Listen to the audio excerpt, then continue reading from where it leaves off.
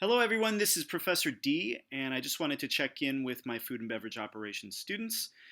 I know that it is the long holiday weekend and you may not see this, but I just wanted to share a couple things. So, first of all, you're doing great. A lot of the work that you're submitting is right on. If there's been any issues, I have provided some feedback.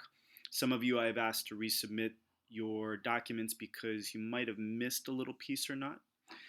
Um, and there's some other things. And I have a little list, and I'm going to go through them. And I just want you to put forth your best effort and to get the best grades you possibly can. So, starting out, if you have any issues with APA and formatting, which I might identify in your homework, go to APA or Google APA OWL. This is the Purdue website for APA formatting. Now, I do provide you with two sample papers, which you should refer to. They're in the Getting Started area. There's one format for single space, and there's a second format for double space two-page papers. And make sure if you are getting information from somewhere, you should be giving credit to that person. This is just good practice. You know, good writing, you have to give credit. In the same way that if somebody sees something that you wrote, that they would give credit to you. So you do in-text citations, and then you do sources at the end under references. It's not works cited, it's references, okay? And again, I provide an example of how to do that. The best thing to do is just mimic, copy the exact format that I've provided, and then APA OWL can certainly help you. Okay, other things. When you are looking at the papers that you submitted, and anything that you do for the rest of the semester, just make sure that they're complete. If I ask for 2 pages, it has to be 2 full pages, not 1 3/4. Not a really long header and then a page and then call it 2 pages. So you're just losing points, and I've pointed that out a couple of times.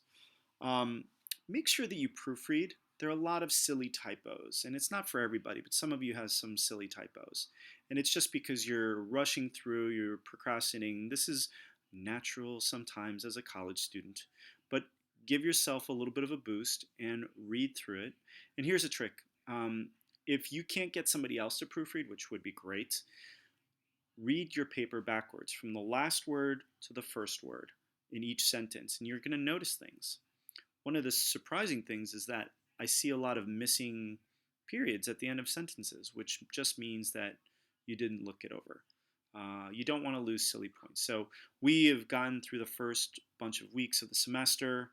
So now I'm going to be really holding you accountable to that formatting. So if you do too many typos, you're going to lose 5, 10 points on each paper.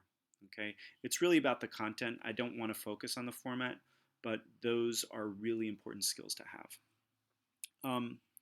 So as I think about the different papers, a couple things come to mind.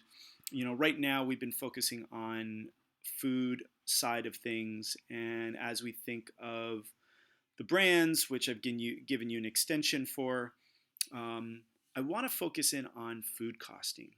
Now, I haven't reviewed your food costing document, but this is so important. This is a foundational piece of this course. You need to be able to understand how putting together ingredients in a financially efficient way comes out to a dish that you can actually make profit on. So we talked about things like the dogs, the stars, the puzzle, the workhorse. The plow horse, sorry. Those are really important concepts, and you'd be amazed how many restaurants are like, what? I don't know what you're talking about. They're confused. I'm working with a restaurant right now that just opened up in Chelsea, and the biggest thing that I'm telling them is like, do not laminate your menus because you want to have the flexibility to improve your menu so that you're making the most money. One of the dishes that he prepared, which when it came to us was great, except we didn't know that it was coming because what we thought we ordered and what we actually got were two different things. And he's wondering why people aren't ordering it more often. And it's actually one of his most profitable dishes because it's a dumpling. And dumplings are the most profitable. They're very, very good. So we're about to make the transition to beverages. But before we do that, I want to make sure that we're all on the same page when it comes to how food and beverage work. So the last one of the questions, I guess, with the quiz that's coming up is to understand the idea of pairing food and drink. So make sure that you jump into that and think about the kind of food that you enjoy and the drink that goes best with it. They used to say that you could only drink red wine with meat, but that's been thrown out the door. You can only drink white wine with fish, for instance, but that's gone out the door. Now you have these great combinations of tea menus and water menus and different beers that pair with food, for instance. So definitely make sure that you read through all the videos and read the articles. Hopefully you enjoyed the Cricket Bars piece. Sir Kensington is a great story. We'll hopefully get them on campus at some point, the founders. Um, as I look through the different assignments, I did provide some feedback in terms of the price comparisons one, for instance. And they were actually pretty solid. Some of you didn't exactly understand what I was looking for, and so I provided some feedback. But you'd be amazed how different the pricing can be depending on where you go. I'm looking at Gabriella's Del Frisco's cheesecake. A couple of you did cheesecakes. I don't know how that happened.